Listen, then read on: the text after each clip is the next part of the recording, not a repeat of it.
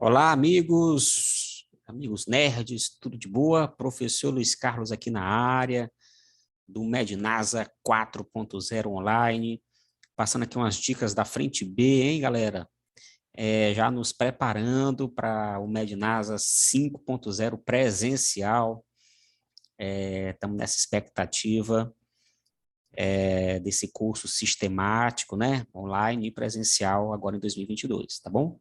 Então, vamos lá? Olha essa dicasinha aqui, gente, sobre dilatação térmica, um assunto muito batido, mas que tem algumas dicas que são importantes, com fórmulas exclusivas aqui em MEdNasa, tá? Então, uma substância tem massa específica de 0,78. Para quem não lembra, quem não sabe, massa específica é o mesmo que densidade, tá? A 25 graus Celsius, 0,65 gramas por centímetro cúbico, 425. Veja que a temperatura aumentou, o que faz a substância dilatar, aumentar o volume, e por isso a densidade diminuir, né? Já que densidade e volume são grandezas inversamente proporcionais, por essa formulazinha aqui maravilhosa, tá? Quanto vale o seu coeficiente de dilatação volumétrica? Então, quem é o gama? Aquele com um símbolozinho que parece um Y e tal. Bem, é o seguinte, se fosse uma questão de dilatação, o tamanho final seria o tamanho inicial que multiplica 1 mais alfa delta t. Seria assim, né? Beleza, se fosse uma superfície com certa área, seria a área igual à área inicial, 1 mais beta delta t. E se fosse o volume, volume igual a volume inicial, 1 mais o gama delta t. Olha o padrão, tá? Lembrando aos amigos que o beta é o dobro do alfa, né? E o gama é o triplo, né? Beleza, agora quando é densidade, massa específica, a fórmula é muito parecida com a de volume, só que troca quem é final com o inicial. Por quê, professor?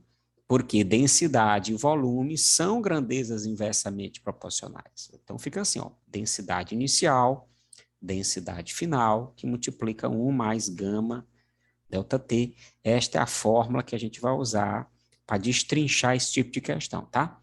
Então, olha a densidade inicial, olha a densidade final, o gama ele quer saber e a temperatura varia 400 graus, né? Que vai de 25 para 425. Cara, a conta faz parte do processo. Fazer a conta com rapidez, com qualidade, né? Depende muito de sua condição matemática, tá bom? Do seu histórico, de quando você está treinando. Olha como é que a gente faz isso aqui sem calculadora, tá? Como tem duas casas após a vírgula, tanto antes quanto depois da igualdade, esquece essas vírgulas. Passa esse 65 para cá, dividindo 78. Para de querer fazer chuveirinho, viu? Quem faz chuveirinho é gente que não está treinando o suficiente. A gente passa dividindo. Ó, então fica assim, ó, 78, 65 é 1 mais 400 gama, beleza? Prof, aqui qual o processo? Aqui é, sem usar calculadora, é separar esses valores. Não, 78 sobre 65 é como se fosse 65 mais 13 sobre 65. Não deixou de ser 78 sobre 65, eu só simplifiquei, né? Só separei os termos na equação. Igual a 1 mais 400 gama. Mas, professor, o que foi que eu ganhei com isso, né? Moço, isso aqui é 1, olha, cancela. Aqui tem multiplicidade, gente. Aqui por 13 é 1. Aqui por 13 é 5. Aí ficou 1 quinto. Esse 5 vem multiplicando 400 e fica 2.000. Então, dá 1 sobre 5 vezes 400, que é 2.000. 1 sobre 2 não é 0,5? Então, aqui fica 5 vezes 10 elevado a menos 4. Porque o 0,5 está dividido por 1.000, né? Então, o quê? Graus Celsius a menos 1, que é a unidade que a gente usa para coeficientes. Ó, Celsius e Kelvin, como tem a mesma variação, então a unidade do coeficiente é a mesma. Então, se eu quiser botar 5 vezes 10 a menos 4, Kelvin a menos 1, dá no mesmo. Por isso, letra D de dado. Tá bom? Muito legal, né? Qualquer coisa, volta o vídeo um pouquinho, reveja o passo a passo, mas é muito interessante, a gente sabe o que fazer quando aparecer uma questão de massa específica se alterando da substância devido ao acréscimo ou decréscimo de temperatura na questão. Tá bom? Deixa eu salvar aqui esse modelo de questão para que você possa olhar quando necessitar, né? Beleza?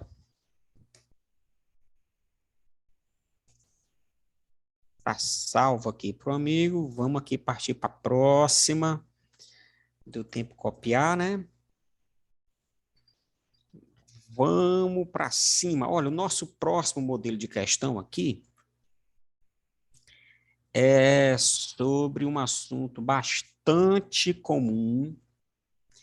Claro que já caiu no Enem, óbvio, né? São questões de calorimetria, galera. Olha lá. É muito doido, né? Dá um trabalho danado isso aqui para alunos que usam o método tradicional, né? Então, quando se mistura água fria com água quente, substâncias que têm o mesmo calor específico, substâncias que têm as mesmas propriedades, fria e quente, existe um jeitinho mais rápido de fazer. O primeiro passo, galera, é tirar essas informações aqui, ó. Vamos lá, ele diz que é água fria e água quente. A água fria, ela está a 20 graus Celsius, e a água quente, né, o leite, o café, não sei o quê, o texto, está a 90 graus Celsius. Beleza, ele disse que o leite, que está mais frio, são 500 centímetros cúbicos. E o café, que está mais quente, são 200 centímetros cúbicos. Se estão na mesma unidade, então está tudo bem, tá? Qual será, galera, a famosíssima TET, a temperatura de equilíbrio térmico? Quanto que será essa temperatura de equilíbrio térmico? Então é o seguinte, ó, sem dúvida que será um valor entre 20 e 90 Celsius, né? Obviamente. O café com leite ficará morno, né? Identificar esse valor, existem várias maneiras, vou te mostrar aqui a mais rápida.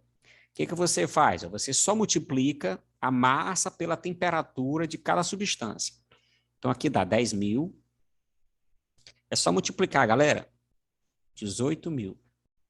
Pronto, professor, multipliquei. E agora? Agora você vai somar esses calores e vai dividir pelo somatório das massas. Acabou, parceiro? 10 com 18 são 28.000.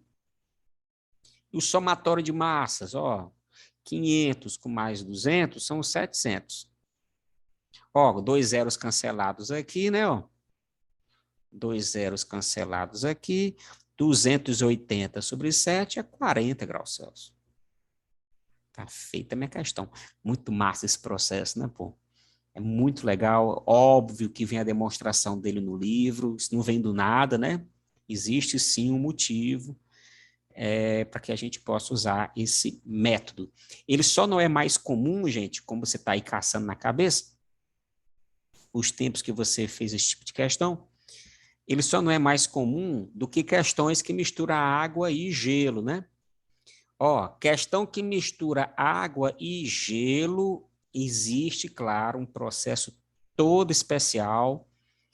Na época que eu descobri esse método, já estava amadurecendo a ideia de bolar o livro, né? É muito massa esse método que eu te mostrar agora.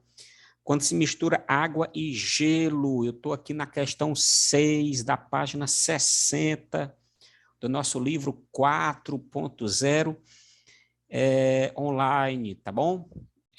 Vamos ver aqui, ó, agora aqui já é uma mistura de água e gelo, hein? Num calorímetro ideal, mistura-se água e gelo.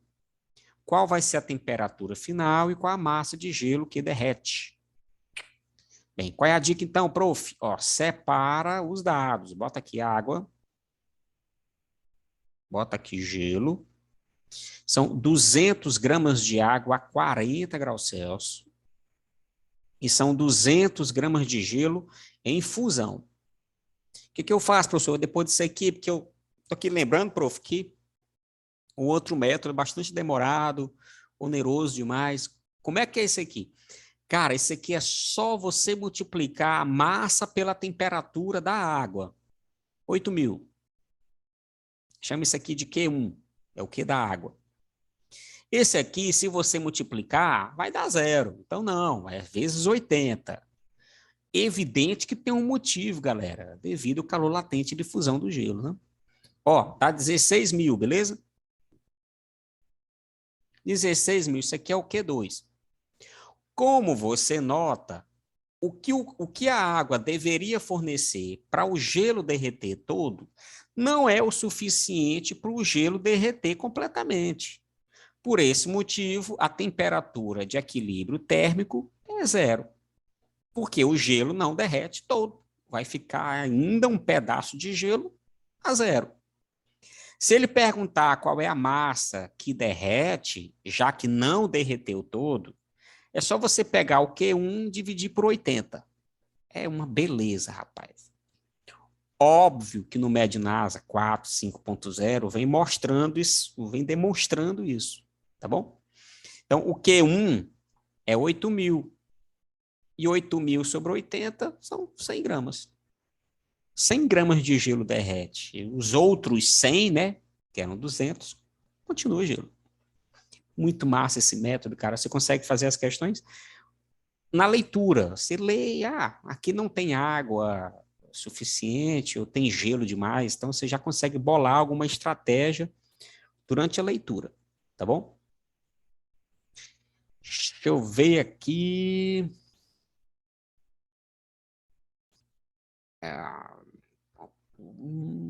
Pronto. Deixa eu mandar aqui para os amigos a sétima, que usa essa mesma ideia de água e gelo em fusão, tá bom? Olá, meus amigos, água e gelo em fusão, olha lá, mais uma vez, vou tirar as informações, ó, água aqui assim, gelo por ali assim, e vamos roubar as informações aqui do texto. Olha, são 200 gramas de água a 40. E são 50 gramas de gelo a zero. Como é que é o processo, rapaz?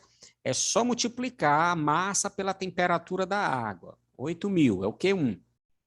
Se tu multiplicar a massa pela temperatura do gelo, vai dar zero. Então não é assim, é sempre vezes 80. É por aquele motivozinho. Aqui dá 4.000. Como você percebe já nessa questão, o que a água pode dar para o gelo é mais do que o suficiente para ele derreter todo. Por isso, o gelo vai sim derreter todo e a temperatura vai ser maior do que zero. Então, qual é a massa de gelo que se funde, a massa de gelo que derrete? Todo, 50 gramas. Essa foi fácil. Agora, se ele perguntar quanto que vale a temperatura de equilíbrio térmico, aí você faz assim, ó, a TET vai ser a diferença dos calores sobre a massa total. Agora há pouco, amigos, quando era água e água, eu somei os calores, não foi? Pois quando tem água e gelo, a TET é a diferença de calores. Então, eu vou subtrair, gente, olha, 8.000 menos 4.000, 4.000. A massa total, 200 com 50, 250. 1.000 com 250 é 4. 4 vezes 4. Admita, que processo legal, né? Que processo massa. Ajuda muita gente, é um dos bizus mais pedidos durante o curso, um dos mais batidos também durante as aulas, tá bom? É isso, espero ter ajudado. Um abraço aos nerds aí, um abraço a todos. Fui!